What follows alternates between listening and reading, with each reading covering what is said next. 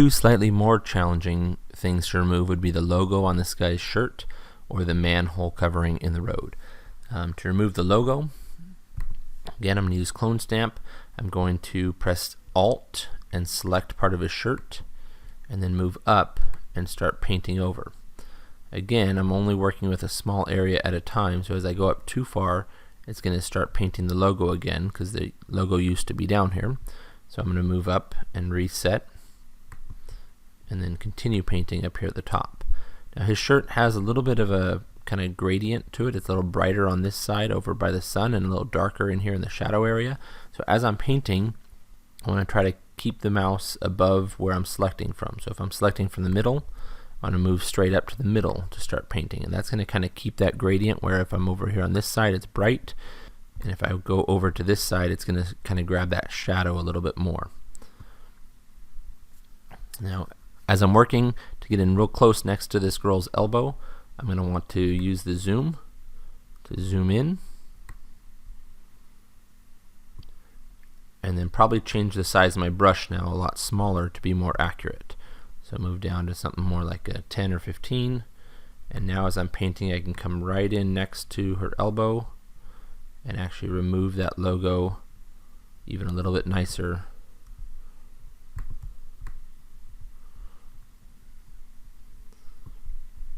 So that it looks like his shirt had no logo on it.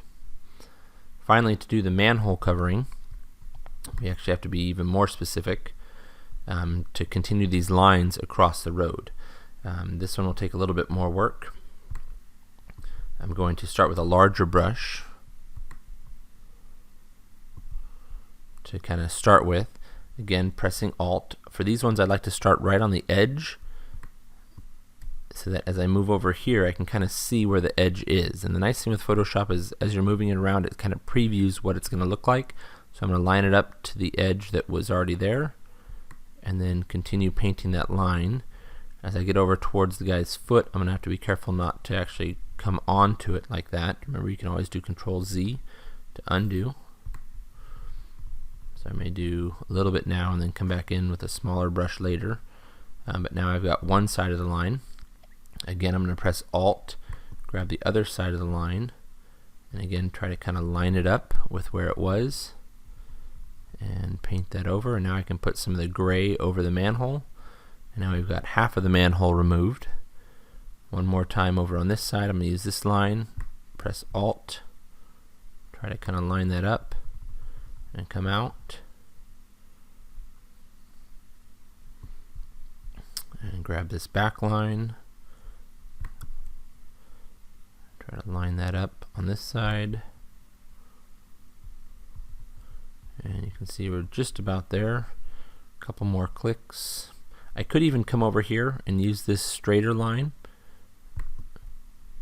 and just use that over on this side, even though it's not the same. It's close enough that it should work for the most part, and it's not perfect, but it's, you can kind of see how it's starting to remove the manhole. So those are some little tips to use the Clone Stamp tool. Remember, using Alt to select part of the image, and then you can just click and drag to use the background or another section of the image to paint over something in your image.